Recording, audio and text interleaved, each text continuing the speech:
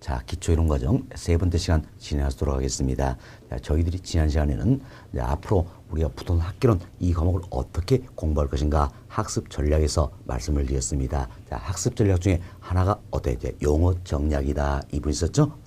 그래서 이번 시간부터는 여러분께 용어 정리를 좀 해주도록 하겠습니다. 자, 이 용어 정리를 해놓으시면 앞으로 우리가 학습의 기본 이론이다, 심화 이론이다 등의 과정에서도 큰 도움이 될 것으로 생각을 해봅니다. 그래서 이제 여러분 가진 프린트물 4페이지를 보세요. 프린트물 4페이지 보시면 용어 해설이다 소개되고 있죠. 그래서 우리 기본서 편제 맞추는 겁니다. 기본서는 1편부터 3편, 점 3개 편으로 구성이 된다 했어요. 1편은 부동산 총론이다. 그래서 1장부터 3장까지 3개의 장으로 구성이 되어 있습니다. 1장은 부동산 학의 이해다. 그래서 부동산 학문을 다루고 있는 부분이에요. 비교적 중요 좀 낮은 부분입니다. 다음 2장은 부동산의 개념과 분류다. 그래서 부동산의 개념, 분류 방법을 다루고 있는 부분이 되어 있고 3장은 부동산의 특성에 따라서 부동산은 사과, 이처럼 일반자다는 특별한 성질을 지니고 있다. 이에 대해서 다루는 부분들이 되겠으면서 각 장마다 아주 핵심적이고 중요한 용어 몇 가지씩 선별해서 여러분께 설명을 드리도록 하겠습니다. 자, 먼저 1장입니다. 자, 1장 부동산의 이해다. 여기서는 제가 3개의 용어를 넣어드렸습니다. 그런데 이미 우리한테 설명을 다 드린 부분이에요. 자, 1번 보세요. 1번 보시면 부동산의 복합 개념이다 소개인데 이때 부동산의 복합 개념이다. 이는 복합 개념의 부동산이다. 이래 표현인데 근본적으로 자, 여기는 복합 개념, 이걸 이해하는 것이다 라는 겁니다. 자, 보세요. 복합 개념이다. 이건 뭔 얘기입니까? 부동산을 바라볼 때는 다양한 점에서 바라보자. 이 같은 인식의 사고를 말한다는 이야기예요. 크게 3가지 측면이 있다. 뭐가 있습니까? 기술적 측면이 있죠. 좀 더 좁게 이야기하면 물리적 측면이다 할 수 있겠습니다. 자, 이는 유형적 측면이 되겠고, 다음 경제적 측면, 법률적 측면이 있죠. 이들은 어디 합니까? 무형적 측면에 해당한다는 겁니다. 참 기술적 측면, 경제적 측면, 법률 측면, 다양한 측면을 바라보자. 이 같은 인식사고를 우리가 이제 부동산의 복합 개념이다 또는 복합 개념의 부동산이다 이렇게 표현한다. 그래서 이 3가지가 결국 부동산 학문을 구성하고 있는 3대 측면이다 이렇게 설명드렸죠. 부동산의 3대 측면이다 이렇게 보시면 되겠습니다. 자, 그럼 이제 1번 지문 한번 살펴봅시다. 자, 1번 지문 한번 보세요. 부동산학의 3대 측면인 그랬죠? 3가지 측면이 있다. 뭡니까? 기술적 측면이다. 자, 이는 유형적 측면이라고 그랬습니다. 다음 경제적 측면 그리고 법률적 측면이 있다. 이는 무형적 측면이다. 이렇게 보시면 되겠죠. 이 모두를 고려하여 다양한 측면에서 부동산을 설명한 원리 이를 가리켜서 부동산의 복합 개념이다 또는 복합 개념의 부동산이다 이렇게 표현된다는 겁니다. 결국 복합 개념이라는 것은 다양한 측면을 바라보자 이 같은 인식의 사고다 이렇게 생각하시면 되겠습니다. 다음 2번입니다. 자, 2번은 부동산 활동이다 소개인데 우리가 여기서 용어 정리해드렸죠. 자, 부동산 활동은 뭐를 말입니까? 바로 우리 인간들이 부동산을 대상으로서 행하는 여러 가지 행위를 말한다는 겁니다. 자, 그럼 지문 보세요. 자, 인간이 부동산을 대상으로 의사를 결정하고 실행에 옮기는 관리적 측면에서의 여러 가지 행위를 뭐랍니까? 부동산 활동이란다. 그래서 쉽게 이해하세요. 우리 인간들이 부동산을 대상으로서 행하는 활동이 바로 부동산 활동이다라는 겁니다. 따라서 자, 부동산 활동의 주체는 누가 되는 겁니까? 우리 인간들이다라는 걸 알 수 있겠지요. 다음 활동의 객체는 뭡니까? 부동산이다라는 걸 알 수 있다. 이렇게 보시면 되겠습니다. 다음 3번 봅시다. 3번은 부동산 현상이다 소개인데 우리가 이렇게 말씀드렸어요. 자, 부동산이 우리 인간들에게 보여주는 모습 이걸 가리켜서 우리가 부동산 현상이다 이렇게 정리해드렸지요. 자, 지문 보세요. 부동산 활동이 결과 나타나는 일련의 사실들에서 법칙성 또는 반복성을 체계화한 것을 부동산 현상이란다는 겁니다. 사실 우리 이런 생각할 수 있죠. 자, 사고된 사람이 많으면 많을수록 가격은 상승한다. 이게 어때? 부동산 현상이었잖아요. 그럼 자 보세요. 사고된 사람이 많으면 많을수록 가격은 상승한다. 이도 하나의 법칙이다. 알 수 있겠죠? 법칙이다. 이렇게 보시면 되겠습니다. 자, 이처럼 부동산 활동의 결과로 나타나는 일련의 사실들에서 법칙성 또는 반복성을 체계화한 것을 부동산 현상이란다. 쉽게 부동산이 우리 인간들에게 보여준 모습이다. 이렇게 보시면 되겠습니다. 자, 이와 같은 부동산 현상에 대한 정확한 이해를 토대하여 바람직한 부동산 활동을 전개할 수 있다는 거죠. 결국 자, 부동산 활동을 바람직하게 하자, 올바르게 하자. 인류에서는 어때? 부동산 현상에 대해서 정확히 인식할 필요가 있더라. 그 얘기죠. 그래서 부동산 현상을 정확히 인식하고 활동은 어때? 올바르게, 즉 바람스럽게 행해야 된다. 이렇게 생각하시면 되겠습니다. 이래서 저희들이 이제 1장에서는 간단하게 3가지 용어를 정리해 드렸습니다. 다음 2장으로 넘어갑니다. 자, 2장은 부동산의 개념과 분류다 소개되고 있는데, 먼저 부동산의 개념입니다. 개념인데, 자, 우리가 이제 부동산의 개념을 정립할 때도 다양한 측면에서 바라볼 필요가 있다는 겁니다. 왜? 우리가 복합 개념에 입각하기 때문이죠. 다양한 측면에서 부동산의 개념을 정립할 필요가 있다는 겁니다. 그래서 우리는 먼저 기술적 측면의 부동산이다. 좁게 이야기하면 뭡니까? 물리적 측면이다. 결국 부동산의 기술적 개념, 물리적 개념을 살펴볼 필요가 있겠죠. 다음은 부동산의 경제적 개념에 대해서, 다음은 부동산의 법률적 개념이다라는 겁니다.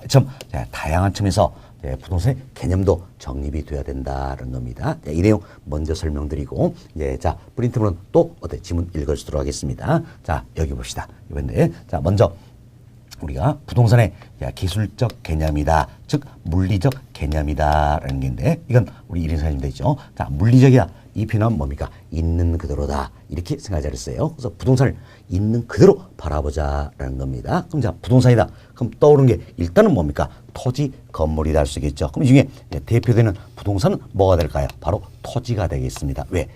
건물은 내용 연수가 있지요. 그럼 내용 연수가 다 되면 이제 건물로 철거하겠죠. 그리고 다시 토지로 돌아간다. 그래서 대표된 부동산은 토지다 생각하시고, 경우에 따라서는 부동산 이 표현 자체가 토지를 의미하는 경우가 아주 많다. 이렇게 생각하시면 되겠습니다. 그럼 우리 이 토지를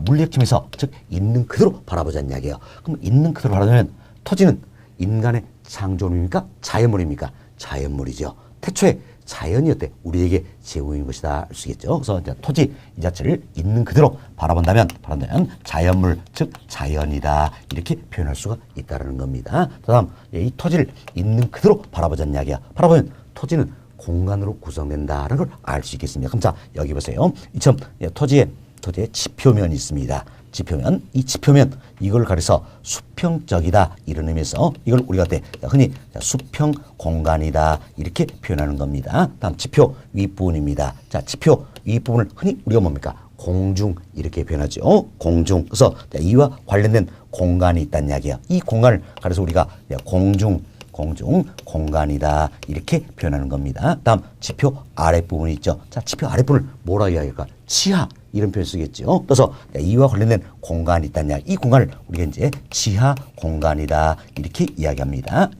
토지를 있는 그대로 바라보니까 수평 공간, 수평은 공중 공간, 지하 공간, 3차원의 입체 공간으로 구성이 되어 있다. 이 사실 알 수 있다는 이야기예요. 결국 토지, 즉 부동산을 있는 그대로 바라본다는 뭡니까? 공간이다. 표현할 수가 있다는 겁니다. 공간이다. 자, 다음은 이 토지를 있는 그대로 바라보자는 이야기예요. 있는 바라보면, 자, 보세요. 이제 있는 그대로 된다면 여기엔 땅을 떼어내다가 이렇게 우리 인간의 힘으로 이동시켜 볼 수 있어요, 없어요? 없다라는 이야기예요. 나가서 토지를 있는 그대로 바라보면 움직일 수 없다라는 겁니다. 그래서 특정한 토지는 특정한 위치를 지니게 된다는 겁니다. 이때 위치가 좋냐 나쁘냐에 따라서 토지의 가치는 달라진다 할 수 있겠죠. 그래서 있는 그대로 바라본다면 토지는 뭡니까? 즉 부동산은 위치다 이렇게 보시면 되겠습니다. 다음 또 보세요. 자, 이 토지는 움직일 수 없다 그랬어요. 움직일 수 없기 때문에 외적인 요인에서 영향을 받겠지요. 또 영향을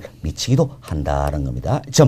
영향을 받기도 하고 영향을 미치기도 한다. 그래서 환경의 구성분자다 할 수 있겠지요. 따라서 있는 그대로 바라보면 토지, 즉 부동산은 환경이다 이렇게 표현할 수가 있다는 겁니다. 이처럼 부동산의 기술적 개념이다, 즉 물리적 개념이다. 이는 있는 그대로를 바라본다 그랬어요. 뭐가 있습니까? 자연, 공간, 위치, 환경이 있다는 겁니다. 결국 부동산을 자, 자연, 자, 공간, 위치, 환경이다라는 겁니다. 자, 이는 어떤 측면입니까? 자, 기술적 측면 또는 물리적 개념의 부동산이 된다. 이렇게 보시면 되겠습니다. 그래서 이제 여러분들이 여기에서 부동산의 기술적 개념, 즉 물리적 개념은 뭐가 있습니까? 자연, 공간, 위치, 환경이 있다. 이렇게 해서 종류, 자연, 공간, 위치, 환경이 있다. 종류만 잘 이해하시면 되겠습니다. 우리 시험은 더 이상 깊게 안 물어봅니다. 종류만 잘 이해하시면 되겠다는 겁니다. 자, 다음은 부동산의 경제적 개념이 되겠습니다. 경제 개념은 경제와 관련이 되어 있다. 이렇게 생각하시면 되겠어요. 사실 이 토지는 어떻습니까? 3대 생산 요소 중에 하나가 된다 할 수 있죠. 흔히 경제학에서는 3대 생산 요소다. 뭘 들고 있습니까? 토지, 그리고 자본, 노동을 들고 있다. 따라서 토지는 생산 요소 중에 하나다라는 겁니다. 그래서 경제 측면에서 바라보면 토지, 즉 부동산은 생산 요소다 할 수 있게 또 우리 쉽게 이런 생각이 된다는 이야기예요. 자, 내가 건물 하나 이렇게 짓고자 한다는 이야기야. 그럼 건물 하나 짓기 위해서는 뭐가 필요합니까? 토지가 필요하다라는 겁니다. 그럼 이때 토지는 건물을 생산해내기 위한 하나의 요소가 된다 할 수 있겠지요. 따라서 생산 요소다 할 수 있겠습니다. 이처럼 토지는 본질적으로는 생산 요소입니다. 그렇지만 경우에 따라서는 소비재가 되기도 한다는 겁니다. 사실 여러분들이 이제 주말에 가족끼리 유원지 갔습니다. 그럼 유원지는 그 토지는 뭐가 됩니까? 소비재가 되겠지요. 또 공원에 갔습니다. 그럼 공원은 토지는 뭐가 됩니까? 소비재가 된다. 또 산림욕 이러면서 소나무 숲에 갔습니다. 이땐 토지는 뭐가 됩니까? 소비재가 된다는 겁니다. 좀 토지는 이제 본질적으로는 생산 요소입니다. 그렇지만 경우에 따라서 소비재가 되기도 한다. 그래서 생산 요소이면서 소비재다. 이렇게 생각하시면 되겠어요. 자, 이분도 최근에 우리 시험에 이렇게 표현된 적이 있죠. 토지는 생산 요소이지만 소비재는 아니다. OX, X 잘못된 지문이다. 할 수 있겠죠? 자, 다시 한번 들어보세요. 토지는 생산 요소이지만 소비재는 아니다.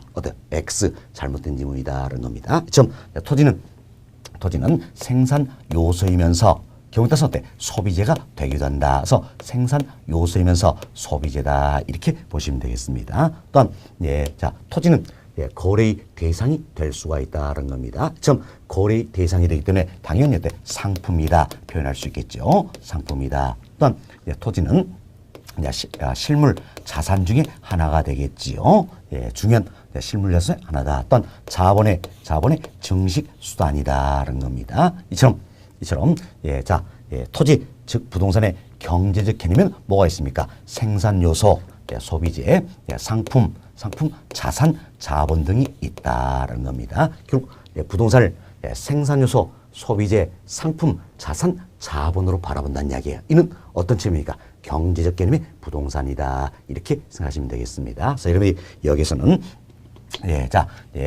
토지의 즉 부동산의 기술적 개념이다 또는 좁게 물리적 개념이다 이 부분과 경제 개념 이 부분은 종류만 잘 구분하시면 되겠습니다. 종류만 잘 구분하자. 그래서 물리적 개념이다. 이건 뭡니까? 있는 그대로다 생각하시면 되고 경제적 개념이다. 이건 뭡니까? 경제와 관련된다 생각하시면 되겠어요. 그래서 다시 한번 반복합니다. 토지의 즉 부동산의 기술적 개념이다 또는 물리적 개념은 뭐가 있습니까? 자연, 공간, 위치, 환경이 있다. 경제적 개념에는 생산 요소, 소비재, 상품, 자산, 자본이 있다. 이렇게 종류만 잘 구분을 좀 해보시면 되겠습니다. 다음 법률적 개념입니다.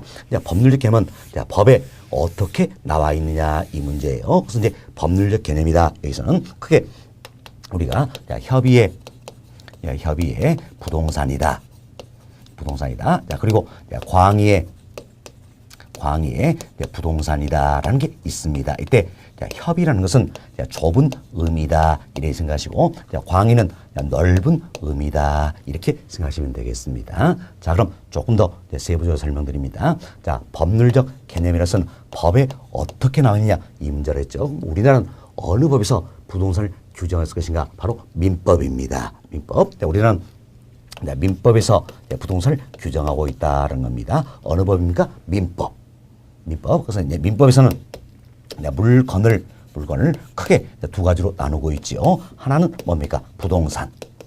부동산. 자, 또 하나는 동산이다. 이렇게 있어. 자, 민법에서는 물건을 크게 부동산과 동산으로 구별하고 있다는 이야기예요. 이때 민법 제99조 1항입니다. 여기서는 자, 토지 및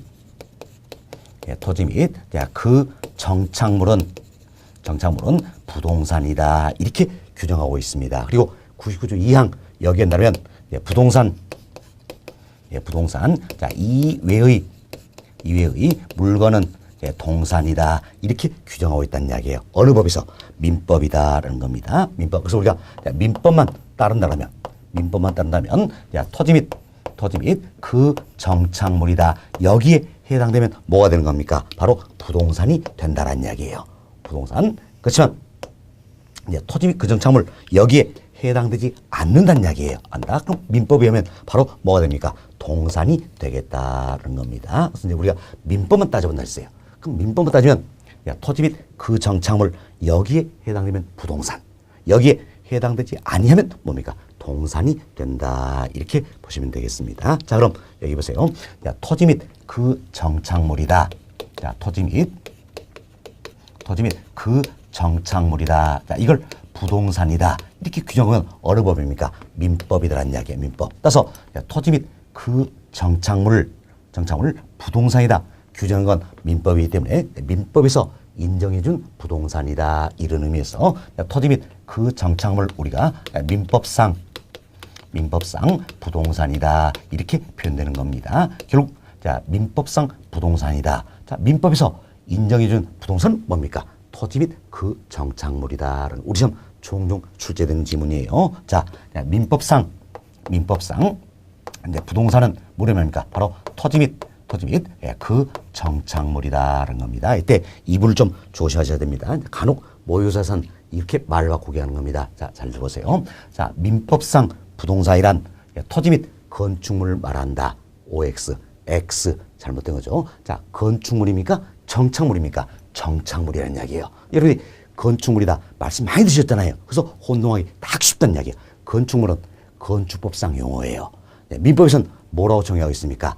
정착물 정확히 합시다. 자, 민법상 부동산이란 모르면 한다. 토지 및 그 정착물 말한다. 이렇게 보시면 되겠습니다. 됐습니다. 다음 이제 여기서 정착물에 대해서 간단하게 말씀을 좀 드리고자 합니다. 자, 보세요. 정착물이라는 게 있어요. 정착물인데 정착물은 말 그대로 봅시다. 정착된 물건이다. 이런 뜻이죠. 정착된 물건이다. 어디에? 그가 뭡니까? 토지. 그럼 자, 토지에 정착이 돼 있다는 이야기는 토지에 어때? 고정적으로 부착이 돼 있죠. 그럼 고정부착해서 쉽게 어때? 이동될 수 없는 물건이다. 참, 토지에 고정적으로 부착돼서 쉽게 이동할 수 없는 물건, 이걸 어때? 우리가 정착물이다. 이렇게 표현한다는 겁니다. 그럼 자, 우리 예를 한번 들어봅시다. 자, 건물이 있고 자, 담장이 있다는 이야기예요. 담장이다. 그럼 자, 여기에 이처럼 건물이 있죠. 건물이다. 자, 토지, 그리고 여기에 건물이 있다라는 겁니다. 자, 그리고 여기 이제 토지가 있고 이 위에 이렇게 담장이 설치가 되어 있다는 겁니다. 그 밑에 여기 있는 자, 건물 한번 보세요. 건물. 자, 건물은 어때? 이 토지에 고정적으로 부착되어 있다. 할 수 있겠죠. 쉽게 이동이 됩니까? 안 됩니까? 안 된다는 이야기예요. 따라서 건물은 어디에 합니까? 정착물에 해당이 된다는 겁니다. 다음 여기 담장 한번 살펴봅시다. 그럼 담장도 토지 어떻습니까? 고정적으로 부착되어 있다. 할 수 있겠죠. 쉽게 이동이 됩니까? 안 됩니까? 안 된다는 이야기예요. 그래서 담장도 어디에 해당합니까? 정착물이다. 할 수 있겠죠. 그래서 여기는 자, 건물, 담장 모두가 어때? 정착물에 해당된다는 겁니다. 이때 자, 이 같은 정착물을 다시 두 가지로 분류합니다. 두 가지 분류인데 하나는 야, 토지와의 독립물로서 취급되는 정착물이 있다는 겁니다. 이걸 가려서 우리 흔히 야, 독립 정착물이다. 이렇게 표현하는 겁니다. 자, 그리고 또 하나는 토지의 일부로서 취급되는 정착물이 있다는 겁니다. 이를 가려서 흔히 어때? 종속 정착물이다. 이렇게 표현한다라고 보시면 되겠습니다. 참 정착물도 정착물도 다시 두 가지로 나누고 있다는 이야기예요. 토지와의 독립된 물건으로서 취급되는 정착물이 있고 토지의 일부로서 취급되는 정착물이 있다는 겁니다. 결국 독립 정착물, 종속 정착물처럼 두 가지로 나누고 있다는 거예요. 그럼 자 간단하게 한번 살펴봅시다. 자 보세요. 토지와의 독립물로서 취급되는 정착물이다 이야기는 자 보세요. 토지와의 독립물이라는 뭡니까? 토지와 독립된 물건이라는 이야기예요. 자 물은 물건이에요. 물건. 그럼 토지와 독립된 물건으로 취급이 된다. 그럼 토지와 독립이 됐으니까 토지 어때? 별개로서 거래 대상이 될 수 있다는 겁니다. 좀 토지와 별개로서 거래 대상이 된다는 이야기예요. 이를 어때? 토지와의 독립으로 취급되는 정착물이다. 이래 표현되고 다음 토지의 일부입니다.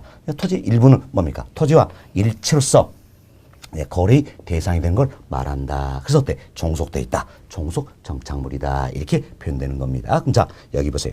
여기 우리가 지금 건물, 담장 모두가 정착물이라고 했어요. 그럼 건물의 담장 모두가 정착물인데 이때 독립물로서 취급되는 정착물이냐 일부로서 취급되는 정착물이냐 이걸 살펴보자라는 겁니다. 그럼 자 여기 보세요. A가 토지도 가지고 있고 건물도 가지고 있습니다. 이때 A가 이 토지를 B에게 양도 팔았다는 이야기예요. 팔았다. 이때 건물도 당연히 B에게 딸려간다. 이렇게 가져가자는 이야기예요.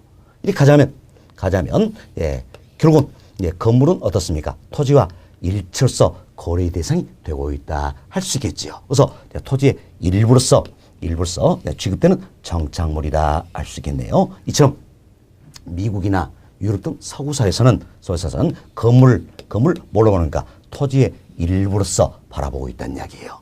바라보다. 그러나 우리나라는 내용이 다릅니다. 우리나라는 내용이 다르다 이렇게 보시면 됐어. 우리나라는 자 여기 보세요. 여기서 A가 토지와 건물을 가지고 있습니다. 가지고 있는데 A가 토지는 가지고 있고 건물만 B에게 양도 즉 팔 수 있어요 없어요? 있어요. 이게 우리나라입니다. 그래서 우리나라는 예외가 된 나라예요. 우리나라 예외다 생각하시고 자 이처럼 A가 토지는 가지고 있으나 건물만 양도할 수가 있다는 이야기예요. 그럼 결국 건물은 토지 어때? 별개로서 거래 대상이 되고 있다는 이야기예요. 따라서 우리나라에서 토지와의 독립물로서 취급되는 대표적인 정착물이 바로 뭐가 있습니까? 건물이다. 이렇게 보시면 되겠습니다. 따라서 우리나라의 경우에 따라서는 토지 소유자와 건물 소유자가 어때? 다를 수가 있다는 이야기예요. 이렇게 이해하시면 돼서 우리나라에서 토지와의 독립물로서 취급되는 즉 독립 정착물의 가장 대표적인 예는 바로 뭡니까? 건물이다. 이렇게 잘 이해하시면 되겠습니다. 자, 다음은 여기 봅시다. A가 토지도 가지고 있고 담장도 가지고 있다는 이야기. 이때 A가 이 토지를 B에게 양도했습니다. 그럼 담장도 당연히 어때? B에게 딸려가 버린다는 이야기예요. 따라서 담장은 정착물이지만 토지 어때? 일체로서 거래 대상이 되고 있다. 알 수 있겠지요. 따라서 담장은 토지 일체로서 거래 대상이니까 토지 일부로서 취급되는 즉 종속 정착물의 가장 대표되는 예가 된다. 이렇게 보시면 되겠습니다. 결국 이 사례 같은 경우는 어때? 토지 사면 당연히 담장도 어때? 함께 사는 셈이 된다. 그래서 이 담장의 가치는 다 어디에 들어있습니까? 바로 이 토지에 들어있다. 이렇게 보시면 되겠습니다. 자, 이처럼 정착물도 크게 두 가지로 분류해 볼 수가 있더라라는 겁니다. 하나는 토지와의 독립된 물로 취급되는 정착물이다. 또 하나는 토지 일부로서 취급되는 정착물이다. 이처럼 독립 정착물과 종속 정착물로 구분해 볼 수 있겠는데 자, 독립 정착물 즉 토지의 독립된 물로 취급되는 정착물의 대표는 뭡니까? 건물. 다음 종속 정착물의 대표는 담장이 된다. 이렇게 보시면 되겠습니다. 됐습니다. 그래서 저희들이 정착물에서 간단하게 말씀을 드렸습니다. 그럼 자 여기 보세요. 자 민법상 부동산이란 민법상 부동산 토지 및 그 정착물 말한다 했습니다. 그럼 이때 정착물의 가장 대표되는 정착물의 가장 대표는 얘가 바로 뭡니까? 건물이다라는 걸 알 수 있겠죠. 건물이다. 그럼 자 보세요. 여기는 토지, 건물 모두가 어떻습니까? 내 것임을 다른 사람에게 알릴 필요가 있다는 이야기예요. 지금 내 것임을 다른 사람에게 알린다는 겁니다. 자, 이걸 가르쳐서 우리가 공시한다 이렇게 표현합니다. 공시한다. 이제 공시 뭡니까? 내 것임을 알린다는 이야기예요. 공시한다. 그래서 이와 같은 공시의 원칙이라는 게 있어요. 내 것임을 알려야 된다는 겁니다. 공시원칙은 당연히 부동산도 적용이 되겠죠. 그리고 동산도 내 것임을 다른 사람에게 알릴 필요가 있더라. 그래서 공시의 원칙은 적용이 된다는 이야기예요. 좀 부동산, 동산 모두 다 공시 원칙은 적용이 되고 있다. 이렇게 보시면 되겠어요. 자, 좀 부동산도 동산도 내 것임을 다른 사람에게 알릴 필요가 있더라. 그래서 공시 원칙은 똑같이 적용이 된다는 이야기예요. 다만 이제 어떤 방법을 통해서 공시할 것인가, 공시하는 방법만이 다르다 뿐이다라는 겁니다. 다르다 뿐이다. 그럼 쉽게 우리 생각합시다. 자, 여러분이 지금 볼펜 가지고 계신다는 이야기예요. 볼펜 가지고 계신다라는 겁니다. 그때 볼펜은 민법에 의하면 부동산입니까? 동산입니까? 당연히 동산이 되겠지요. 왜? 토지 및 그 정착물이 아니잖아요. 아니죠? 그럼 동산이다. 그걸 알 수 있습니다. 자, 그럼 가지고 있는 볼펜을 옆 사람에게 이건 내 거다 하고 이야기했습니다. 그럼 옆 사람이 뭐랍니까? 맞아, 네 거야. 이렇게 인정해 준다는 이야기예요. 따라서 동산 이와 같은 경우에는 가지고 있던 그 자체가 내 것임을 알린 방법이 된다. 그래서 동산의 권리의 공시는 뭡니까? 점유. 그렇지만 벌써 이제 토지나 건물 이 같은 부동산이 있습니다. 자, 우리 이런 일 한번 들어봅시다. 내가 몇 바지에 일해서 건물 하나 샀습니다. 기분이 너무너무 좋다는 이야기예요. 그럼 기분이 너무너무 좋아서 옥상에 올라갔어요. 옥상에서 화학성이 크게 들었고 이건 내 거다 하고 외쳤습니다. 그럼 지난 사람이 뭡니까? 저 새끼 미쳤구나 그러지요. 따라서 토지나 건물 이 같은 부동산은 자, 점유라는 권리의 공시를 채택할 수 있어요, 없어요? 없다라는 겁니다. 또 토지나 건물, 부동산은 어때? 들고 다니면서 내 것이다 할 수가 없다라는 이야기예요. 그래서 우리나라 경우에는 등기라는 권리의 공시 방법을 채택하고 있다. 이렇게 보시면 되겠습니다. 이처럼 부동산, 동산 모두가 내 것임을 알려야 한다. 공시의 원칙은 똑같이 적용이 되지만 공시하는 방법만이 다르다 뿐이다라는 겁니다. 그래서 동산은 점유, 부동산은 등기다. 이렇게 생각하시면 되겠습니다. 자, 그럼 우리가 이제 이런 예를 한번 봅시다. 자동차입니다. 자동차는 자, 민법에 의한다면, 자, 우리 지금 민법 이야기합니다. 자, 민법에 의한다면, 자, 부동산일까요? 동산일까요? 그렇죠. 동산이죠. 왜 그렇습니까? 자, 자동차는 토지 및 그 정착물, 여기 어때? 해당되지 않는다는 이야기예요. 그럼 토지 및 그 정착물, 여기에 해당되지 않기 때문에 민법에 하면 뭐가 됩니까? 동산. 그럼 권리의 공시 방법을 뭘 채택해야 됩니까? 점유. 그렇지만 자동차는 개별 법률들이 있더란 이야기예요. 개별 법률이다. 예를 들어서 자동차 관리법이다. 자, 이 같은 개별 법률에서 자동차는 어떻습니까? 등록하도록 되어 있다는 겁니다. 그래서 여러분이 자동차 사자마자 가장 먼저 하는 일이 뭡니까? 등록증 발급받는 것이다 라는 겁니다. 결국은 등록함으로써 때 것임을 때 알리게 된다라는 겁니다. 자, 다음은 이제 20톤 이상의 선박입니다. 자, 보세요. 자, 20톤 이상의 선박이랄지라도 자, 민법 여기에 건다면 부동산일까요? 동산일까요? 그렇죠. 동산이 되겠죠. 왜? 20톤의 선박 이 자체도 토지 및 그 정착물 여기에 해당되지 않는다는 이야기예요. 따라서 민법에 보면 동산이다. 그럼 권리의 공시법이 점유가 되겠죠. 그러나 선박법, 선박등기법 이와 같은 개별 법률에 의해서 20톤 선박은 등기하도록 되어 있다라는 겁니다. 자, 그럼 우리가 두 가지를 말씀드렸어요. 자동차, 다음 20톤 이상의 선박이다. 이 두 가지 말씀드렸는데 둘 모두가 민법에 의하면 뭡니까? 동산이에요. 동산. 그렇지만 개별 법률에서 개별 법률에서 자, 등기나 등록의 권리 공시방법을 채택을 하고 있다는 겁니다. 점 개별 법률에서 등기나 등록의 권리의 공시방법을 채택함으로써 부동산의 권리의 공시방법과 유사성이 있어요, 없어요? 있지요. 지금 부동산의 권리의 공시방법과 유사성이 있다. 이런 의미에서 부동산에 준해서 취급해 주겠다라는 게 있습니다. 자, 이걸 가리켜서 우리가 준 부동산이다 또는 의제 부동산이다 이렇게 표현하는 겁니다. 그럼 자, 여기 보세요. 자, 준 부동산이다. 결국 뭡니까? 부동산에 자, 준해서 취급해 주겠다라는 겁니다. 자, 준한다. 그런데 의지한다. 같은 표현이 되겠지요. 그래서 준부동산 또는 의지의 부동산이다. 이렇게 표현하는 겁니다. 그럼 이제 보세요. 준부동산은 자, 민법에서 인정된 부동산일 것인가? 아니란 이야기예요. 아니다. 자, 준부동산은 민법에 넣으면 동산입니다. 또는 동산으로 구성된 일체의 집단이에요.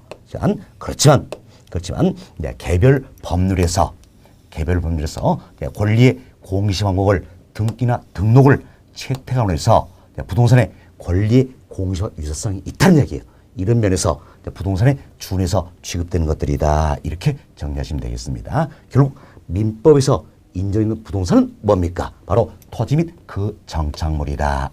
토지 및 그 정착물, 이게 민법에서 인정있는 부동산이 되겠고, 준부동산이다. 이는 개별 법률에서, 민법이 아니란 이야기예요. 개별 법률에서 부동산에 준해서 취급되는 것들이다. 이렇게 보시면 되겠습니다. 그럼 이때 여기에 있는 토지 및 그 정착물이다. 즉 민법상 부동산이라는 이야기예요. 이 부분만 가르쳐서 우리가 흔히 협의의 부동산이다. 이렇게 이야기합니다. 좁은 의미의 부동산이다 라는 이야기예요. 그리고 여기에 준부동산 여기까지 포함시키면 더 넓은 의미가 되겠죠. 이를 가려서 우리가 광의의 부동산이다. 이렇게 표현한다는 겁니다. 그럼 자, 여기 있는 협의의 부동산이다. 자, 이는 결국 뭡니까? 민법과 관련돼요. 사실 토지 및 그 정착물이다. 민법상 부동산이다. 협의의 부동산이다. 다 똑같은 의미가 되겠지요. 그래서 협의의 부동산은 민법과 관련된다는 이야기. 그리고 준부동산은 개별 법률과 관련된다는 겁니다. 그래서 모두가 법과 관련된다 이런 의미에서 여기는 협의의 부동산이나 광의의 부동산 모두가 어디야 합니까? 법률적 개념의 부동산이 된다. 그래서 법률적 개념의 부동산 뭐가 있습니까? 협의의 부동산, 광의의 부동산이 있다. 이렇게 생각하시면 되겠습니다. 자, 그리고 우리 2분 남아서 합시다. 자, 우리가 흔히 이야기하는 부동산에 대한 이야기. 우리가 흔히 이야기하는 부동산은 뭡니까? 토지. 그리고 건물이다 할 수 있겠죠. 그럼 참 토지, 건물은 다 어디 갑니까? 토지 및 그 정착물 여기에 해당되지요. 뭐 정착물의 가장 대표 건물이기 때문이지요. 그럼 우리가 흔히 이야기하는 부동산이다. 그럼 토지, 건물 두고 있는데 이는 토지 및 그 정착물 여기에 해당된다는 겁니다. 결국 우리가 흔히 이야기하는 부동산은 바로 뭡니까? 바로 법률적 개념인 협의의 부동산, 이걸 의미하는 것이다. 이렇게 생각하시면 되겠습니다. 됐습니다. 자, 이렇게 해서 저희들은 부동산의 개념에 대해서 다양하게 설명을 드렸습니다. 자, 이 내용을 프린트물 통해서 한 번 더 우리가 복습, 즉 반복학습 할 수 있도록 하겠습니다. 자, 프린트물 4페이지 보세요. 4페이지 시간, 자, 4번입니다. 4번 시간, 기술적, 좁게 물리적이죠?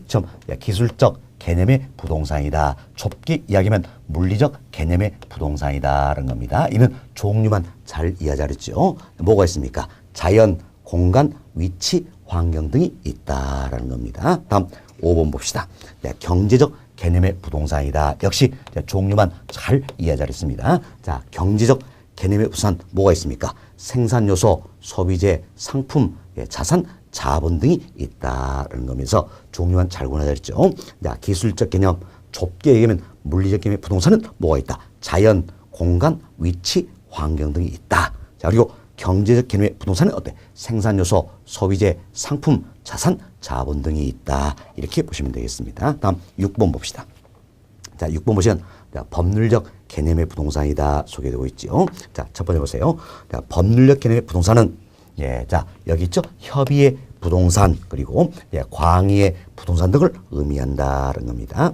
자, 이러한 법률적 개념의 부동산은 주로 민법 등의 법률에서 규정상에 근거하고 있다. 결국 법률적 개념은 법에 어떻게 나오느냐 이 문제예요. 대표적인 게 바로 뭡니까? 민법. 그리고 그 밖에 개별 법률들이 있다. 이렇게 보시면 되겠어요. 자, 다음 우리가 통상적으로 사용하고 있는 부동산의 의미도 바로 법률적 개념의 부동산인 협의의 부동산이라 할 수 있다는 거죠. 이건 이렇게 설명을 드렸습니다. 자, 우리가 흔히 이야기하는 부동산은 뭡니까? 토지, 건물이다. 토지, 건물. 이는 토지 및 그 정착물 여기에 해당되죠. 따라서 법률적 개념의 부동산인 바로 협의의 부동산, 이걸 의미하는 것이다. 이렇게 생각하시면 되겠습니다. 다음 이제 7번 봅시다.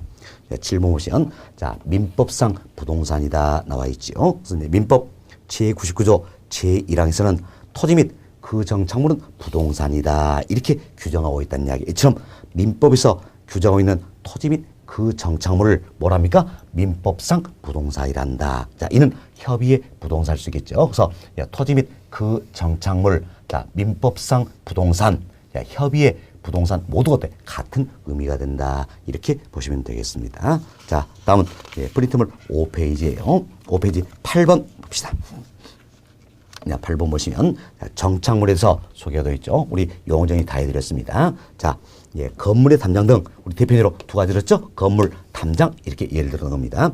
자, 건물의 담장 등 토지에 고정적으로 부착되어 쉽게 이동될 수 없는 물건 이걸 뭐라 합니까? 정착물이다 이렇게 표현하는 거죠. 그럼 정착물은 토지와의 독립물 여기 있죠. 토지와의 독립물이다. 이런 독립 정착물이다 표현을 쓰겠죠. 즉 토지와 서로 다른 부동산으로 간주되는 것과 대표적인 예가 뭐라 했죠? 건물. 다음 토지의 일부입니다. 토지의 일부는 종속 정착물이다라는 겁니다. 좀 토지의 일부로 간주되는 것 대표적인 예가 뭡니까? 담장. 담장 이렇게 정착물도 구분할 수 있다. 결국 정착물은 토지와의 독립물로서 취급되는 정착물이고 토지의 일부로서 취급되는 정착물이 있다. 즉 독립 정착물과 종속 정착물이 있다. 이때 토지의 독립으로 취급되는 독립 정착물의 대표는 건물, 토지 일부로서 취급되는 종속 정착물의 가장 대표는 뭡니까? 담장이다. 이렇게 오늘 하나씩 소개를 좀 해드렸습니다. 다음 9번 봅시다. 9번은 준부동산이다 또는 의제 부동산이다 소개되어 있는데 첫 번째 보세요. 개별 법률에 자 보세요. 준부동산은 민법입니까? 개별 법률입니까? 개별 법률이지요.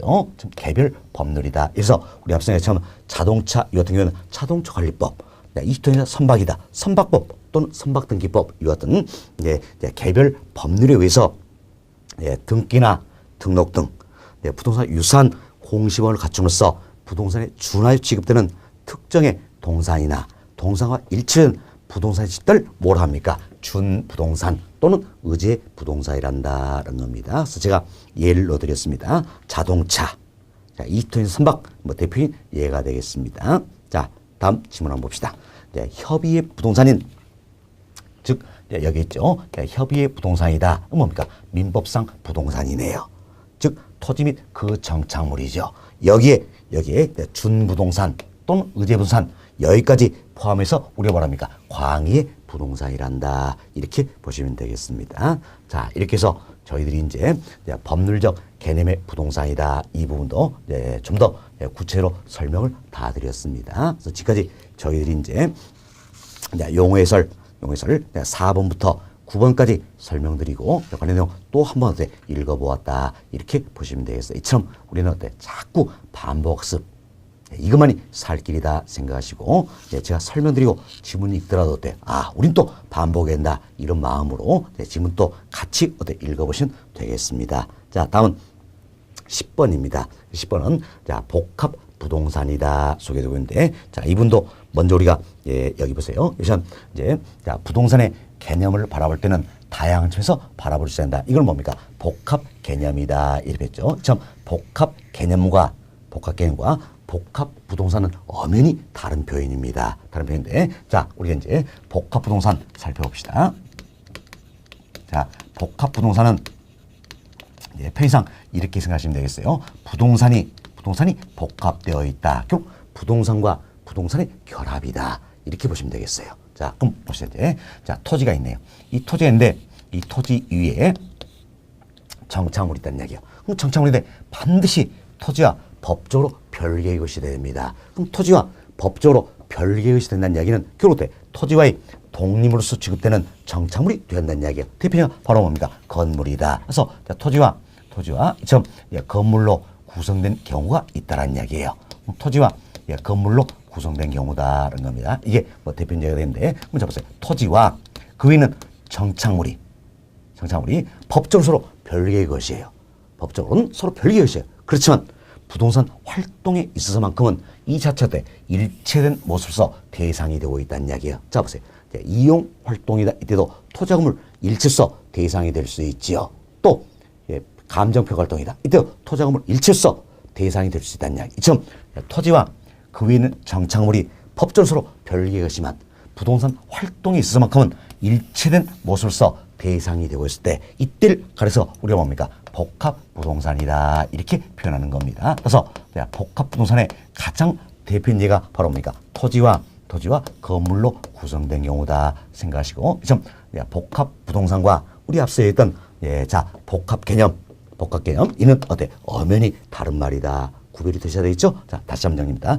복합 개념은 뭘 얘기합니까? 부동산을 바라볼 때는 다양한 측면에서 바라봐야 된다. 그래서 기술적 측면, 경제적 측면, 법률 측면, 다양한 측면에서 부동산을 바라보자. 이 같은 인식의 사고를 복합 개념이라 했지요. 다음은 복합 부동산이라는 것은 토지와 그 위인 정착물이 법정서로 별개의 것이라는 이야기야. 그렇지만 부동산 활동이 있을만큼은 일체된 모습으로서 대상이 되고 있을 때 이때를 복합 부동산이란다. 그래서 복합 개념과 복합 부동산 엄연히 다른 말이다. 구별이 돼야 된다. 이렇게 보시면 되겠습니다. 그래서 앞으로 우리가 복합 개념의 표현도 많이 쓰겠지만 복합 부동산이다. 이 표현도 많이 쓰게 된다 생각하시고 용어 정리를 잘 해주시면 되겠습니다. 그래서 10번 한번 봅시다. 10번 보시면 복합 부동산이다 소개하고 있죠. 토지와 그 토지 정착물이 각각 독립된 거래의 객체라는 이야기예요. 결국 법적으로 서로 별개의 것이라는 이야기예요.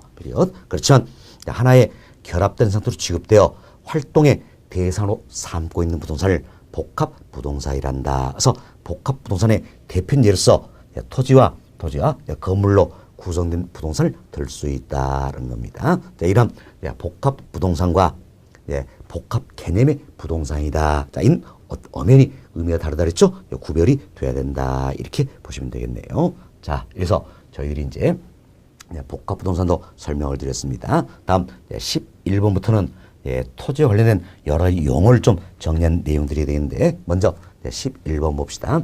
11번 보시면 부지다 이 표현 아닌데 여러분들이 어때? 부지다 이런 표현 많이 들어보셨죠? 그래서 부지는 아주 포괄적인 용어예요. 그래서 건축 가능한 토지뿐만 아니라 건축 불가한 토지 모두 모아서 아주 포괄적인 용어로서 우리가 뭡니까? 부지 이렇게 표현한다는 겁니다. 사실 이름이 철도 부지다, 수도 부지다 들어보셨잖아요. 이들은 건축이 가능합니까? 불가능합니까? 불가능하지요. 불가능하다. 이처럼 건축이 불가능한 토지까지 포함해서 아주 포괄적인 용어로서 우리가 뭐라 표현합니까? 부지 이렇게 표현하고 있다라고 보시면 되겠습니다. 됐습니다. 자, 그럼 이제 지문 한번 살펴봅시다. 11번입니다. 자, 일정 용도로 제공된 바닥 토지를 말하며 하천이나 도로 등의 바닥 토지에 사용되는 아주 포괄적인 용어다라는 겁니다. 그래서 건축 가능한 토지와 건축 불가능한 토지 모두가 포함된다. 이게 바로 뭡니까? 부지 이렇게 생각하시면 되겠습니다. 다음 12번 후보지 그리고 13번 이행지가 있네요. 모아서 설명을 먼저 좀 드리도록 하겠습니다. 자, 여기는 후보지, 이행지 모두가 감정평가상 용어가 되겠습니다. 그래서 감정평가에서는 용도적 지역이 돼서 크게 세 가지가 있습니다. 세 가지. 택지 지역이라는 게 있고, 택지 지역, 그리고 농지 지역. 다음은 임지 지역이다. 지금 세 가지로 분류가 되고 있다는 겁니다. 다시 이들을 소분류하고 있어요. 그런데 택지 지역은 세 가지로 소분류가 되고 있습니다. 그런데 우리 쉽게 이렇게 생각합시다. 여러분들이 택지 개발한다 들어보셨잖아요. 그럼 택지가 개발되면 그 위에 뭐 들었습니까? 아파트 단지 들어섰지요. 주거용. 다음 상가 건물 들어서죠. 상업용. 공장 들어서죠. 공업용. 이처럼 택지의 주된 용도는 세 가지입니다.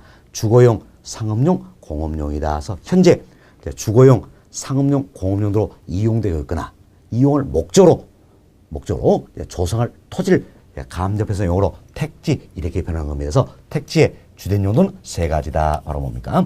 주거용, 상업용, 공업용이다라는 겁니다. 그래서 주거지 또는 주택지 좋습니다.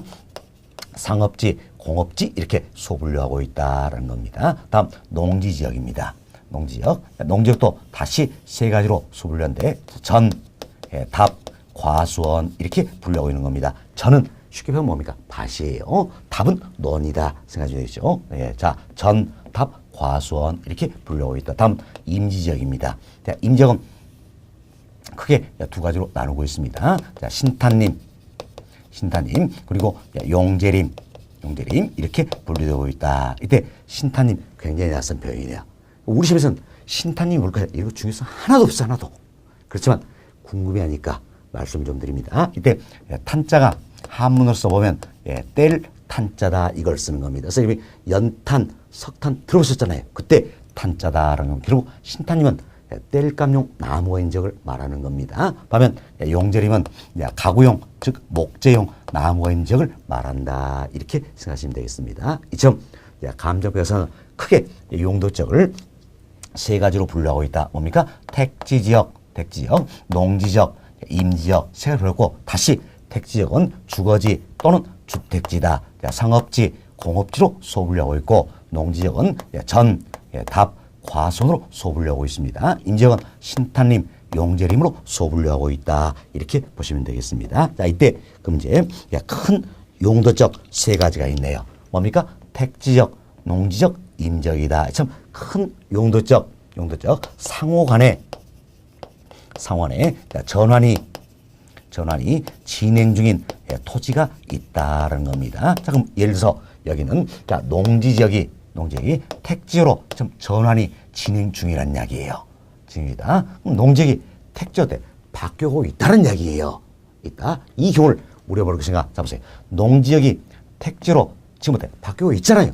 그럼 앞으로 택지가 될 후보다, 택지가 될 예정이다 표현을 쓰겠죠. 이 토지를 가려서 우리가 후보지 또는 예정지다 이렇게 표현하는 겁니다. 자, 그럼 여기 보세요.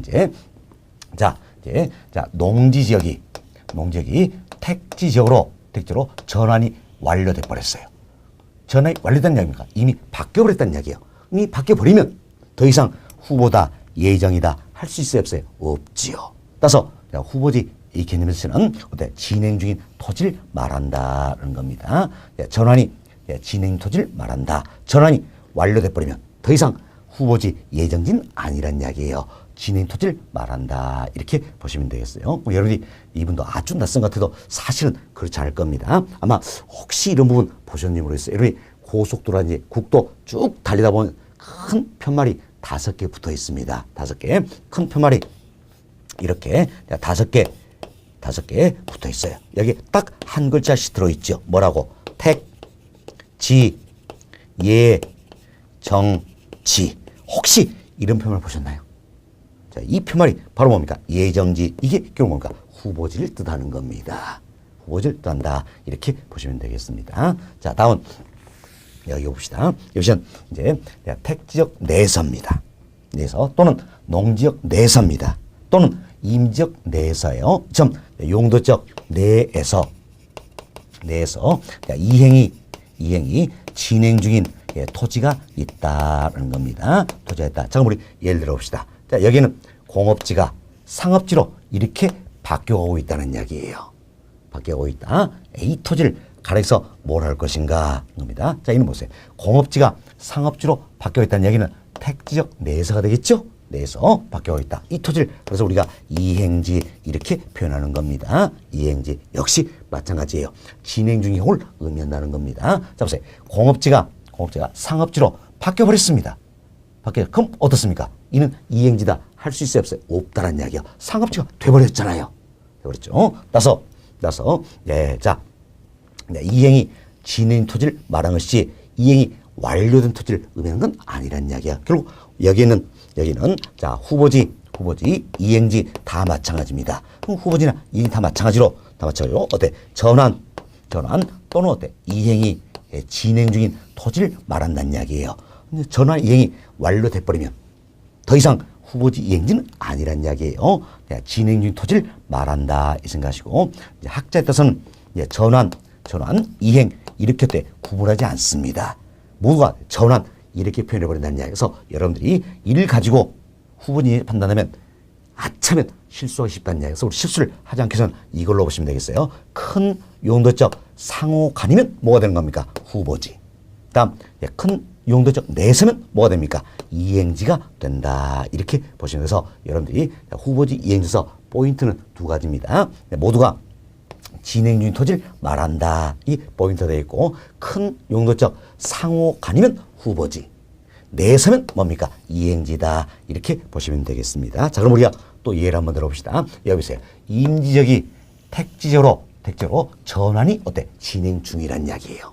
이때는 뭡니까? 바로 큰 용도적 상호간이죠. 따서 후보지가 되겠죠. 뭐 적입하면 택지 후보지다 할 수 있겠죠. 반면 자 임지적이 택지적으로 전환이 어때? 완료돼 버렸다는 이야기예요. 이때는 더 이상 후보지라 할 수 있다 없다? 없다라는 겁니다. 바로 택지적이 돼버렸다 이렇게 생각하시면 되겠어요. 자, 다음 여기 봅시다. 자, 과수원이 전으로 이렇게 바뀌어가고 있다는 이야기예요. 이때는 뭡니까? 농지역 내서니까 이행지가 된다 할 수 있겠지요.